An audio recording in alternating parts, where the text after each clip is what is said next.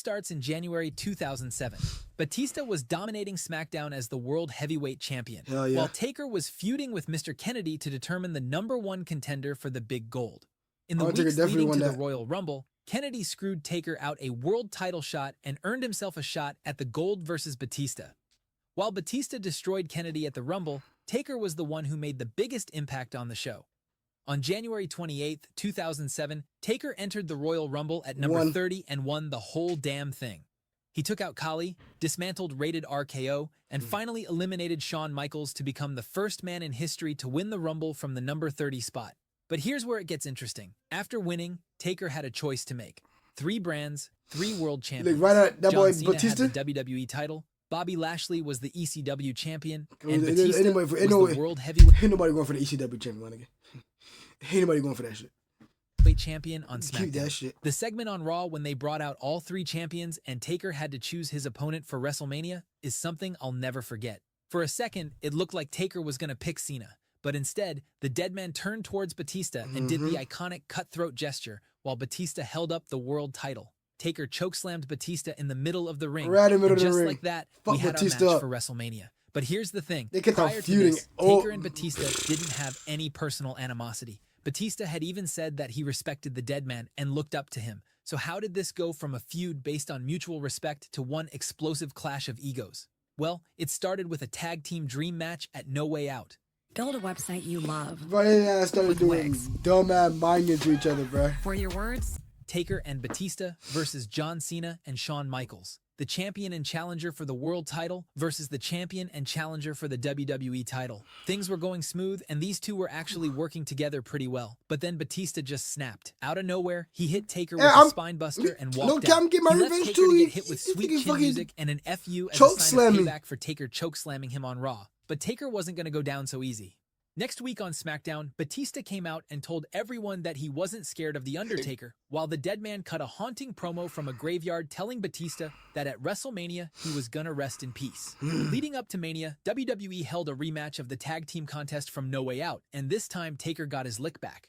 Towards the end of the match, Taker tossed Shawn Michaels onto Batista and walked out of the match. But it was what happened on the final SmackDown before Mania that truly sold this match for me. Both guys were in the ring at the same time. You could feel the tension. Teddy Long was out with security and he was trying to keep them apart, but you knew it wasn't gonna work. Batista said he lost all respect for Taker after the Mind Games. Then he promised that in the next 48 hours, he was gonna beat The Undertaker and end the streak.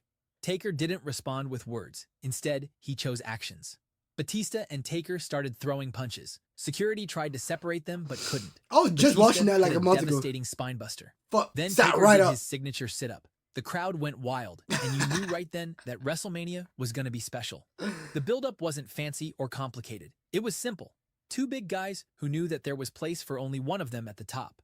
One wanted to prove he belonged with the legends. The other wanted to keep the streak alive and prove that heavyweight title, bro, at WrestleMania, made for it was Batista. going to be a war.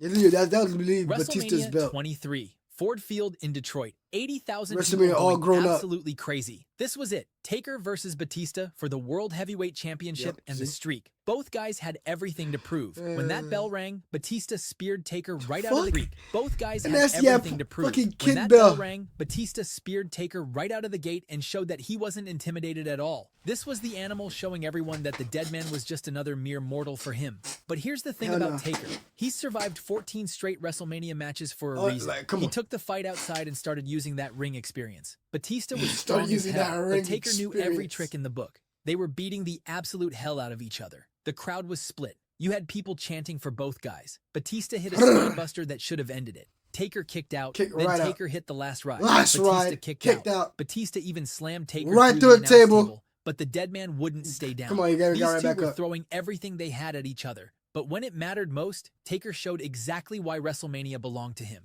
Taker hit Batista with a tombstone piledriver, set your ass down. We had a new world heavyweight champion. Taker had won the battle, but the war was just getting started. Batista didn't make any excuses. He didn't whine or complain. He accepted his loss and demanded his rightful rematch. Last man standing match at Backlash. The only way to win is to keep your opponent down for a 10 count. If you thought WrestleMania was brutal, this was about to get even uglier.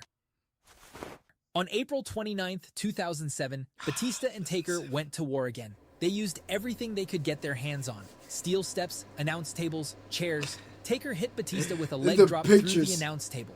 But the craziest part was the ending. Batista speared Taker off the stage. Right off the stage, collapsed on both of them. The ref counted to 10. Neither guy got up. It was a draw. Taker kept the title because of the draw, but nobody won that war. The score had to be settled. There could be only one top dog on SmackDown. There had to be a clear winner. So 2 weeks later on SmackDown, Teddy Long put them in a steel cage.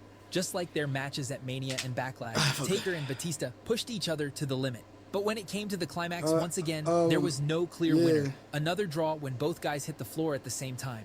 It looked like the war was no clear winner. Another draw when both guys hit the floor at the same time. It looked like the war between the dead man and the animal would continue forever. But right after that match ended, everything changed. Mark Henry came out of nowhere and viciously assaulted an already exhausted Taker. But just when you thought things couldn't get any worse for the dead man, Edge ran down and cashed in his money in the bank briefcase. 2 spears later, Edge was the new world heavyweight champion. Just like that, the epic rivalry between the dead man and the animal got interrupted. Taker was injured and had to take time off. The war everyone was talking about just stopped. That's why he took this time wasn't off. the end. This was just a detour. Taker was gone for months dealing with a torn biceps injury. Meanwhile, Mark Henry was running around bragging about how he destroyed the dead man. But then, 3 months later, those creepy vignettes started playing. The crowd knew the dead man was coming back for revenge. September 16th, 2007. I'm pretty sure that's what he did. The gong hits. The lights go out. The dead man is back, and he's back with a vengeance. In the main event of Unforgiven, Taker demolishes Mark Henry and reminds everyone why he's the most terrifying force in the WWE. But here's the thing. On the same night, Batista had won the world title back from the Great Khali. So now we had the same situation as before.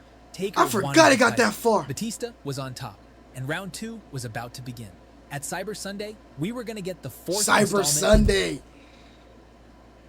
Oh my God, remember that pay-per-view had that big-ass screen? This time, things were different. This wasn't going to be a simple one-on-one contest. This time, fans got to vote for the special guest referee. The choices were JBL, Mick Foley, and Stone Cold Steve Austin. And just like everyone guessed, Austin won by a landslide. The addition of Austin as referee introduced another wild-card element into this already heated war. But when the smoke settled, it was the animal's dominance that had everyone talking. Taker hit Batista with his best moves, the chokeslam. I love that leg drop on the apron. Taker hit Batista with his best moves, the chokeslam, last ride, you name it. But Batista absorbed everything the dead man threw at him and kept going. Towards the end of it, but Batista Stone Cold. The dead man threw at him, and he's such a clown. Look at why look at you having a seizure, gang? Look, and kept going.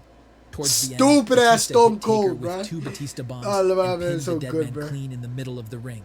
This was huge because defeating the Undertaker clean on a pay-per-view was an exception, and Batista was one of the only men who could have made it look believable. The score was now tied 1-1, but Taker wasn't done.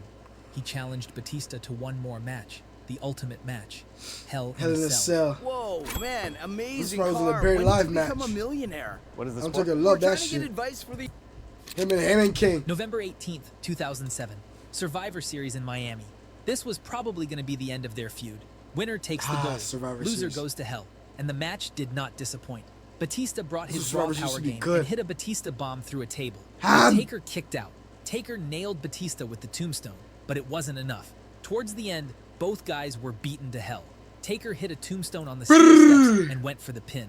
But then, Edge showed up. Edge, who had cashed in on Taker to become world champion earlier in the year.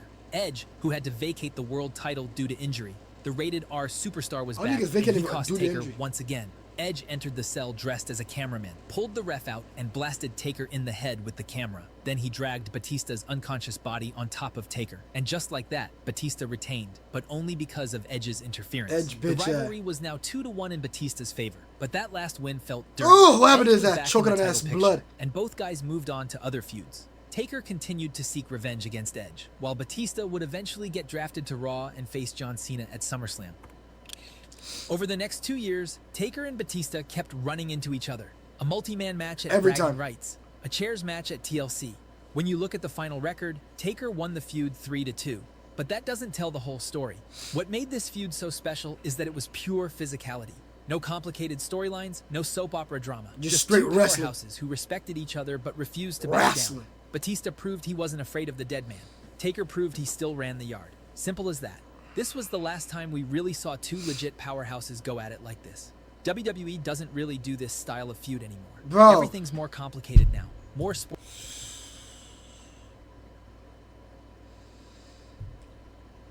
I thought when Triple H would have took over, he'd have brought some of the old elements back into the WWE.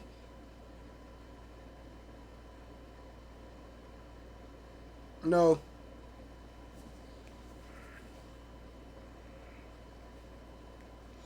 Like, some of the stuff you do because it's not what we want. What do you want? Who do you want? Classic WWE. Classic storytelling. WWE style. Like, bro, it's not this, bro. I know shit can be the same, but my nigga, fuck, bro. Sports entertainment, less pure storytelling. But for 1 year, we got to see what happens when an unstoppable force meets an immovable object.